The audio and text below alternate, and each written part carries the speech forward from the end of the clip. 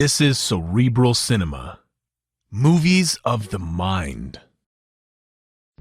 Next week, Thursday, August 24th, Dragnet will be heard 1 hour earlier at 9 p.m. Eastern Daylight Saving Time.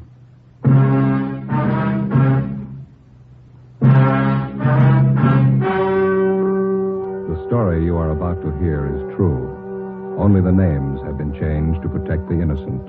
Fatima Cigarettes, best of all long cigarettes, brings you Dragnet.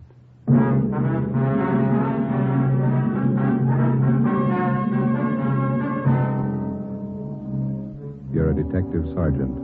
You're assigned to Juvenile Bureau. A vicious case of wanton and willful destruction of private property occurs in your seat.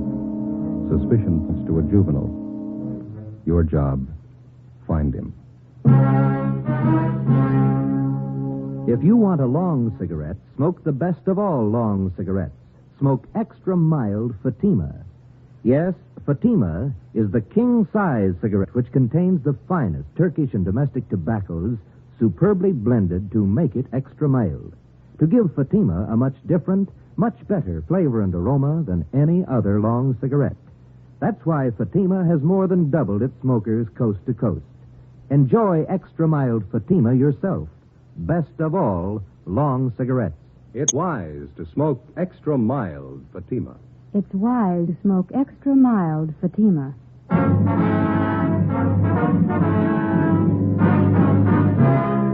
Dragnet, the documented drama of an actual crime. For the next 30 minutes, in cooperation with the Los Angeles Police Department, you will travel step by step of an actual crime. For the next 30 minutes, in cooperation with the Los Angeles Police Department, you will travel step by step on the side of the law through an actual case from official police files. From beginning to end, from crime to punishment, Dragnet is the story of your police force in action. It was Tuesday, April 10th. It was cool in Los Angeles. We were working the day watch out of Juvenile Bureau. My partner's Ben Romero. The boss is Inspector Bowling. My name's Friday. It was 9:35 a.m. when we got to 1335 Georgia Street. Captain's office. I'll ask you to sit down. We're not going to be here that long. You sound mad. Get your hat. Right with you. Where's our... Right out front. All right. What's up? A rotten mess.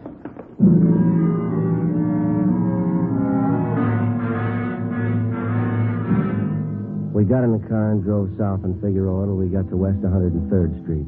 According to Inspector Bowling's directions, we turned right and went about 4 miles. He directed it to pull up in front of a one-story frame residence that had been converted into small business offices.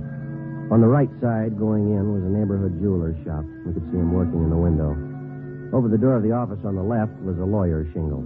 The gold lettering was new. This way. Lawyer's office. That's right. Name's Paul Wilson. It's me, Miss Wilson. Oh, come in, Inspector Bowling. Mr. Wilson, this is Sergeant Friday. Romero, juvenile detail. I'm assigning him to this case. How you do, Sergeant? All right. Sergeant? All right, look at it. Just look at it. Look at that, Joe. Yeah, paint. It's all over everything. Look at that leather chair. It's ruined. The desk smeared with the stuff. Green paint. Yeah. Looks like they threw it on the mop and... Rug soaked with it, the walls. Look, Joe. They even got the clock. Yeah. Take a good look. Remember it when you tag whoever did it. These your law books, Mr. Wilson? Yes, sir. I didn't have to do this. Poured paint all over them. Yes, sir. When did all this happen? Sometime last night. Found it this way when I came in this morning. Any idea who did it? That's why he called us, and we're going to find out. I don't know who'd want to do a thing like this. Just opened my office 3 days ago. Just hung out my shingle. You just started practicing law, is that it? Yes, sir. Graduated from Loyola University Extension Division. Been looking for office space for a long time. Was anything taken? No. It's such a dirty, rotten thing to pull. Undoubtedly a kid. That's pretty vicious for a kid. Can you think of any enemies that you might have had, Miss Wilson? No, sir. No one would do a thing like this. Can't understand it. There's no reason for it that I can think of. Crime report shows they got in the back door. Is that right, Mr. Wilson? Well, can you come back here? I'll show you. Okay. Yeah, here it is, right here. See, this used to be the kitchen when this was a flat. I was going to put a hot plate in here for coffee. Yes. You can see where they cut through the screen door. It's all right. It's been checked. Okay. Oh, yeah. Yeah, I see. Mm-hmm. Any pass key would fit the inside door here. Yes, sir, that's right. You can follow the trail of that green paint right from this door all the way through the house. Yeah. I don't know how I'll ever get it all off. You know of any cleaners that handle things like this? We're not allowed to recommend anybody, Mr. Wilson. If you have somebody in mind, we'd be happy to call them for you. Well, thank you. I appreciate it. I was going to make some calls, but I haven't got my phone installed yet. Estimated damage about $1,800, is that right? That's what I figure, yes. My law books are over $600 alone. Borrowed the money from the bank for the furniture. You haven't noticed any kids in the neighborhood, none of them around while you were moving in? No, I didn't see any. I moved everything in myself, rented a trailer, made several trips to get it all over here. Guess that was a silly thing to do. Why? Well, the store where I bought the furniture said they'd deliver it, but I couldn't wait to see everything in. First office, you know. Yeah, we understand. Well, like I said, I made several trips with the trailer, and I didn't lock the office each time I left. Didn't figure it was necessary. The fellow across the hall with jeweler said he'd keep an eye on things for me. But you did lock up last night, didn't you? Oh, yes. As soon as I was moved in, I locked the place at all times when I wasn't here. That's it. We'll get right on it. I don't have to tell you again. I want a fast answer. Where do we start? With an empty paint can. Before we left Attorney Paul Wilson, we took a sample scraping of the green paint to serve as a color check. We started to canvass the neighborhood door to door. We covered the area for a radius of 6 blocks, questioning the residents and checking out the youngsters. We failed to come up with anything. We figured another good angle was to try the schools in the area. We checked on the students who had been in any kind of trouble involving malicious pranks. We had the principals line their students up. We looked them all over thoroughly for any evidences of paint of any kind on their person or on their clothing. The few leads we found led nowhere. After a week without success, we went back and rechecked the neighborhood, the paint stores, to see if anyone had bought any green paint, anyone they might have forgotten to tell us about the first time through. No leads. Monday, April 18th, Ben and I stopped for a Coke at a hot dog stand on the corner of 103rd and Oakview Avenue. A couple of Cokes, please. You want to help yourself, then? Yeah, okay. Here's one. I don't see any more. There's one lying on the side. No, over there by the grape. Oh, yeah. Let me get it for you. Oh, thanks. There you are. Good.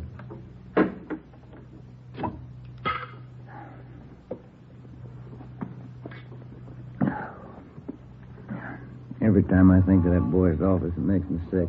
Well, If we could just get some kind of a lead. Anything for a start. Pardon me. I'll be satisfied. nothing to work on. It's like stabbing in the dark. Joe. Yeah? Look down the street there. Hmm? This is tin can day. Everybody's got them set out in front of the houses. It's worth a try, isn't it? Let's try a place across the street and then work down the block. All right. Come on.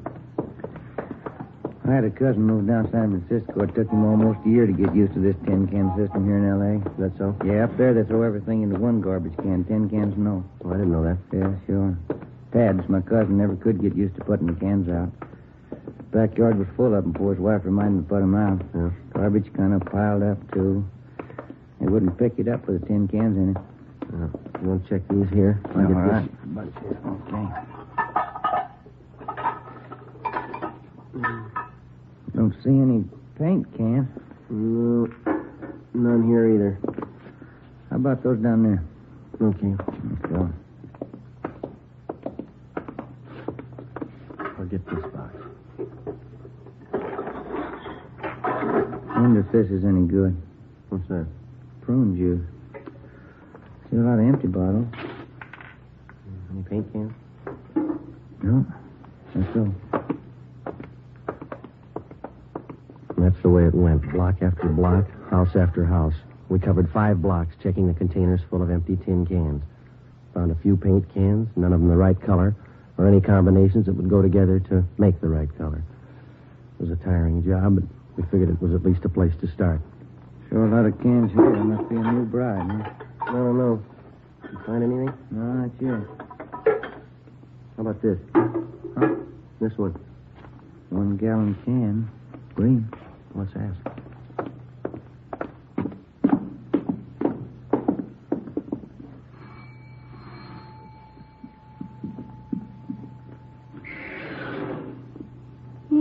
Police officers, ma'am. This empty paint can belong to you. You can have it if you want. We threw it out. Do you have any children here, ma'am? Yes, a boy. How old is he? 1 year. Would you mind telling us what this paint was used for? We just moved here. Is there any law about throwing out paint cans? Oh, no, ma'am. We're investigating the case. Just like to know what this paint was used for. Did old man Boone send you over? Beg your pardon? Mr. Boone, the man we rented this house from? No, ma'am. I thought maybe it was him. He said we couldn't do any painting inside. We don't know anything about that. You sure? I don't trust him. No, ma'am. You say the paint was used to redecorate? Yes, come in, I'll show you. Oh, thank you.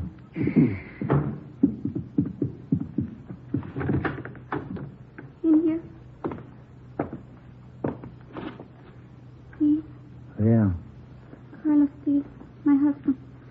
I told him he should have waited till Sunday. Mm-hmm. Whose idea was it to paint the bathtub? Carlos.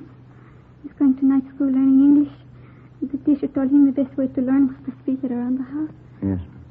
Better for the little one, too. Well, anyway, Carlos gets paid on Saturday night, then he stops at the little place where the fellas he works with and has a little drink. He gets his paycheck cash there. Mm-hmm. When he came home, he said he was going to paint the bathroom for me. I guess he felt a little good. I was in the kitchen and I yelled to him to paint around the top.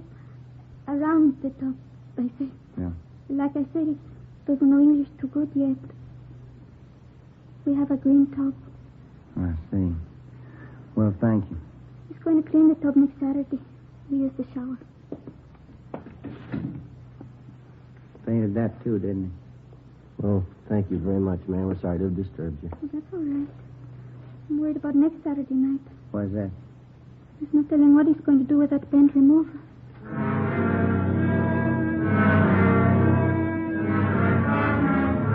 4:30 p.m. We were no closer to finding out who spread that paint around the attorney's office than when we started. We continued checking the neighborhood, but we found nothing. A few minutes before 5, we got a call to check back in with Inspector Bowling. You do any good out there? Nothing at all. Well, we had a little action, a new one. No, what's that? Came in about an hour ago. Somebody poured kerosene on 3 palm trees and set them on fire. 3 trees, 3 different blocks. Yeah. Kept the fire department busy. Tied up the traffic for several hours.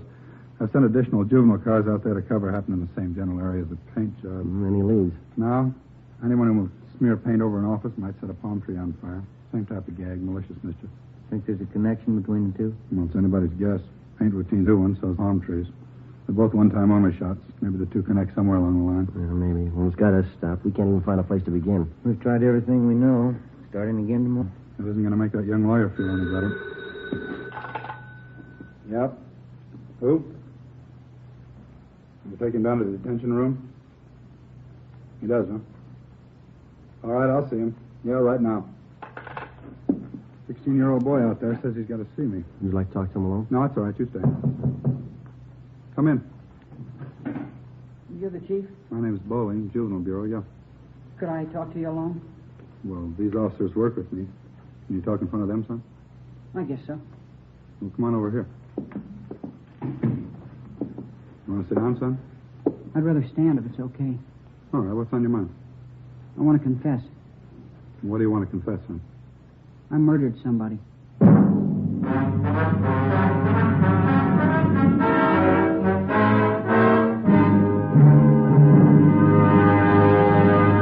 You are listening to Dragnet, actual case histories taken from official police files. If you smoke a long cigarette, it will be in your interest to listen to these case histories taken from the file marked Fatima. On this card, reporter Lee Silver's statement. I need an extra mild cigarette. No other long cigarette I've tried is as mild as Fatima. Here is Nurse Shirley Gelman's statement. When I go off duty, I appreciate a mild cigarette. Fatimas are extra mild. I can enjoy them more. On this card, the statement by drama critic Richard Watts, Jr. Anyone can tell Fatima contains the finest tobaccos. It's extra mild, has a much better flavor. All agree it's wise to smoke extra mild Fatima, and that's what more and more smokers are discovering every day. Yes, actual figures show extra mild Fatima has more than doubled its smokers coast to coast. So enjoy extra mild Fatima yourself. You'll agree. It's wise to smoke extra mild Fatima. It's wise to smoke extra mild Fatima. Best of all, long cigarettes. Next week, Thursday, August 24th. Dragnet will be heard 1 hour earlier at 9 p.m. Eastern Daylight Saving Time.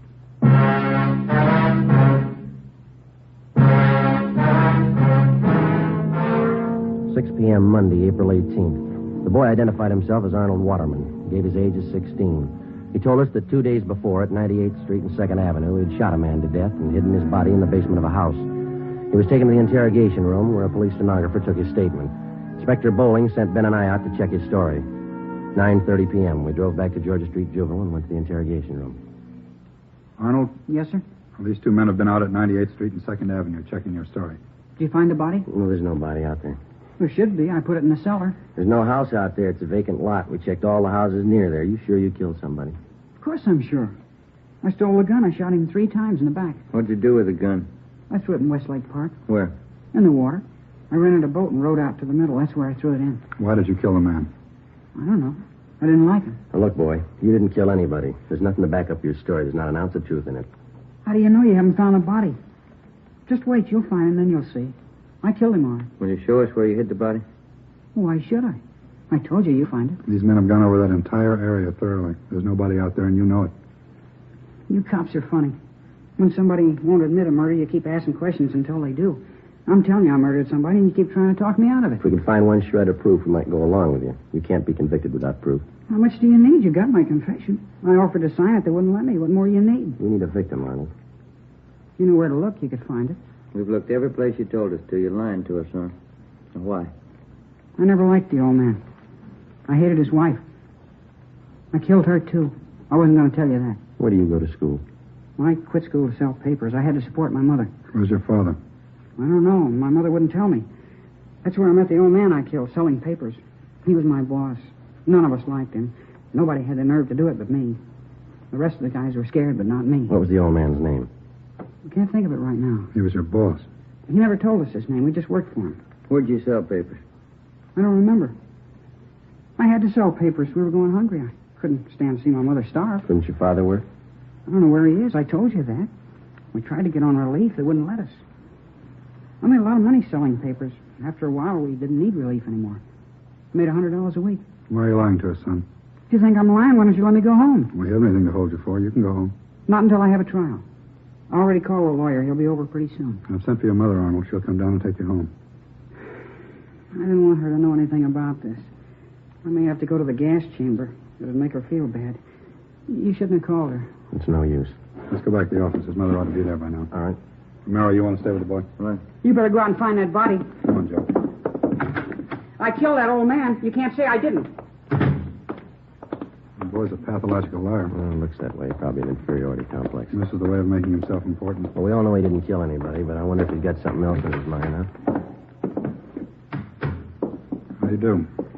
You're Mrs. Waterman? Yes. Inspector Bowling? Yes, ma'am. This is Sergeant Friday. How do you do, ma'am? How do you do? You have to excuse my appearance. I slept a little late today. We've got your boy down the hall. He's all right. Trying to get us to swallow a few tall stories. Yeah, he's like that. What did he tell you? He tried to give us a story about killing somebody. Well, I'm not surprised. This isn't the first time.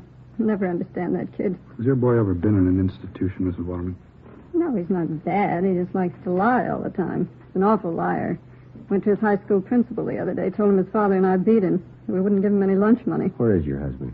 He has a newspaper concession on one of the railroad trains. How often is he home? Once a week, sometimes every 2 weeks. It's the only business he knows. Yes, ma'am. Maybe that's the reason the kid's the way he is. My mom always used to tell me a kid needs his father. So whenever my hubby's home, he always does the right thing.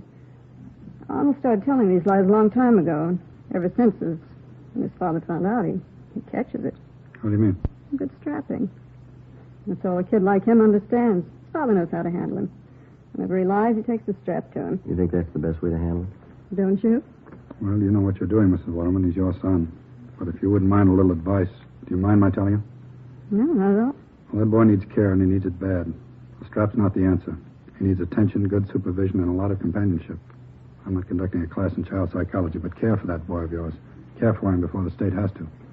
It's just those stories he hears. That's what's wrong with him. Came home the other night with the wildest tale I ever heard. Yes, ma'am. Said he threw green paint all over somebody's office. Ben and I drove out to the Waterman home. We checked through the boy's belongings. His mother showed us his room. In his closet, we found a pair of corduroy trousers, a white T-shirt, and other articles of his clothing spattered with the same shade of green paint that had been found in the office and furnishings of Attorney Paul Wilson. We asked Ms. Waterman where her son Arnold was on Sunday night, April 9th, the night that the office had been broken into and smeared with paint. She told us she didn't know, but that he came home that night with paint on his clothing. Ben and I went back to the office where we filed an application for a petition and detention, Section 700, sub M, WIC, malicious mischief, 1 count. 2 days later, in juvenile court, the calendar was called. Arnold Waterman's name was first on the list. The judge, the subject, and all those concerned in the case retired to the judge's private chambers. Ben and I, Arnold Waterman, and his mother. The subject was informed of his constitutional rights, and Judge Frank J. Smith read the findings of our investigation. Arnold, it alleges in this petition that on April 9th at approximately 8:30 p.m., you entered the office of Attorney Paul Wilson at 9218 West 103rd Street, where you willfully and without Mr. Wilson's permission did maliciously damage his office to the extent of approximately $1,800 by pouring paint over his rugs, furniture, books, and other articles in his offices. Is this true, Arnold? Yes, sir. Did you know Mr. Wilson? No. Arnold, I'd like to know why you did that. I felt like it. You'll have to give me a better answer than that, youngster. That's the best I can do. That's good enough, isn't it? No, it isn't good enough. We have a courtroom full of boys outside who probably want to be helped, and we're going to try to help them. We can't help you unless you want to be helped. You don't want to help me. You don't believe anything I tell you. Officer Friday. Yes, Your Honor. You and Officer Romero investigated this case from its inception. We did. As a result of your investigation, what's your opinion of this boy's truthfulness? Well, Your Honor, I think I can speak for Officer Romero here as well. In all our talks with the boy and our observations of him, it's our opinion, for what it's worth, that the boy's a pathological liar. Basically, he seems to have the makings of a good youngster. His environment's bad. Seems to have very little, if any, parental guidance. Tells lies, Your Honor. Lots of them. That seems to be everyone's opinion. It's not mine. If you'd spend more time trying to find out if I'm lying instead of trying to put me on the spot, you'd earn your money. Your stories have been thoroughly investigated and double-checked by competent police officers. There is absolutely no basis of truth in anything you've said. I'm getting sick and tired of everybody calling me a liar. Do you hear me? Young man, sit down in that chair. We review a great many juvenile cases here in my private chambers, but that does not alter the fact that you are in the court of law. You will lower your voice, speak in a gentlemanly fashion, and tell the truth. Is that understood? Yes, sir. Mrs. Waterman, could you give this court any reason for your son's behavior? It's a mystery to me, Judge. Fred, that's his father. He can't understand it either. He's always lied. His father beats him for it, and I guess he'll always lie. That's all you can say on your son's behalf? What else is there to say? He's a liar. Arnold, I'm going to ask you once more. Why did you smear paint all over Attorney Paul Wilson's office? I didn't like him. Why didn't you like him? I didn't like him, that's all. Tall, skinny, flippant guy. You mean you destroyed his property because you didn't like his looks? Something like that. He was cheap. I saw him moving in. He had a trailer. He was moving his own stuff in. Why didn't I hire a mover like everybody else? I don't like cheap people. You know anything about this man, Wilson? No. Why? What business was it of yours, whether or not Mr. Wilson decided to move his own furniture? Do you know that a young man, not much older than you, just graduated from law school, took a lot of time, took a lot of his money that he earned to put himself through school, and you sit there, a mere sketch of a boy passing judgment on a fine young man like Paul Wilson. And boy, let me tell you something. I don't know if you're a God-fearing lad or not, but you'd better fall on your knees and ask forgiveness and hope that somebody hears you, that he hasn't lost patience with you. You better raise up those sights of yours, lad, and pray for forgiveness. I hope those tears mean something now. Now, do you have anything to say before I pass judgment on this case? Yes, sir, I have. I'd like to tell you about something else I did. There were some palm trees out there. I put kerosene on them and set them on fire. Oh, Friday. Would you know anything about this? Yes, Your Honor. That checks for the report. Any property damage? No, Your Honor. Kept the fire department pretty busy. That's about all. I didn't kill anybody. I just made that up. Yes, we know, Arnold. Do you have anything else to add, Mrs. Waterman? No. I don't know what else you can do with a kid. I'm glad it's somebody else's problem. According to the findings of the probationary officers and the investigating officers and what I've heard and observed in these chambers, I have no alternative but to remove this boy from his present home and environment and place him in a foster home where he will receive closer supervision and the care that he requires. Does that meet with your approval, Mrs. Waterman? It's fine with me, Judge. Fred and I can hardly make ends meet now, and it's a shame to waste what money we have on this kid. It's all I can do to squeeze out the new clothes I need. Then you approve this plan. I can't wait to tell Fred. Well, when you tell Fred, you can also tell him the taxpayers are not going to assume the burden of the mistakes that you and your husband lavished on this boy. What do you mean, Judge? The expense of placing the boy in this foster home comes to the amount of $35 a month. You and your husband will pay this sum. The law covers that. It's an awful lot of money. The payment will be due on the first day of each month. You will meet this requirement or be held in contempt of court. I'm only sorry that's as far as the law goes. The laws of the state of California do not make the parents responsible for the torts of their children unless contributory negligence can be proven. In my eyes, it is contributory negligence on your part, but unfortunately, it cannot be proven. Any faults that this boy may have are yours. You as a parent are responsible. We did the best we could in raising the kid. Madam, you didn't raise him. Hearing dismissed.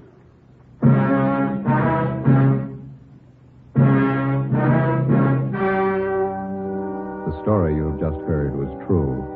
Only the names were changed to protect the innocent. On April 18th, the hearing was held in the private chambers of Judge Frank J. Smith, Juvenile Court, City and County of Los Angeles, State of California. You have just heard the results of that hearing. And now, here is our star, Jack Webb. Thank you. The working detective in the process of apprehending criminals devotes his full time and energy to the job. His alertness, intelligence, and a great amount of patience. So with a cigarette. The makers of Fatima cigarettes employ these same qualities in blending the finest Turkish and domestic tobaccos to make Fatima extra mild. Best of all, long cigarettes. Now, if you're a long cigarette smoker like I am, then buy Fatima. You'll find, as I have, that every pack is extra mild. Smoke Fatima.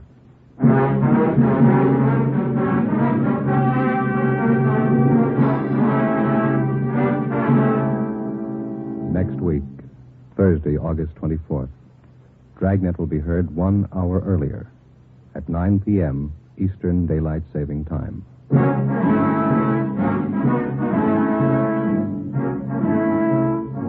You have just heard Dragnet, a series of authentic cases from official files. Technical advice for Dragnet comes from the Office of Chief of Police W.A. Parker, Los Angeles Police Department.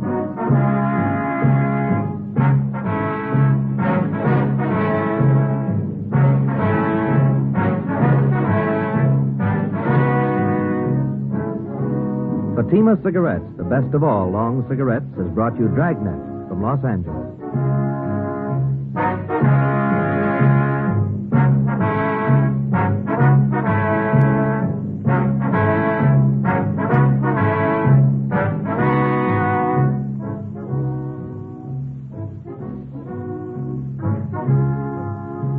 Now hear Sarah's Private Caper. September 7th, it's Father Knows Best on NBC.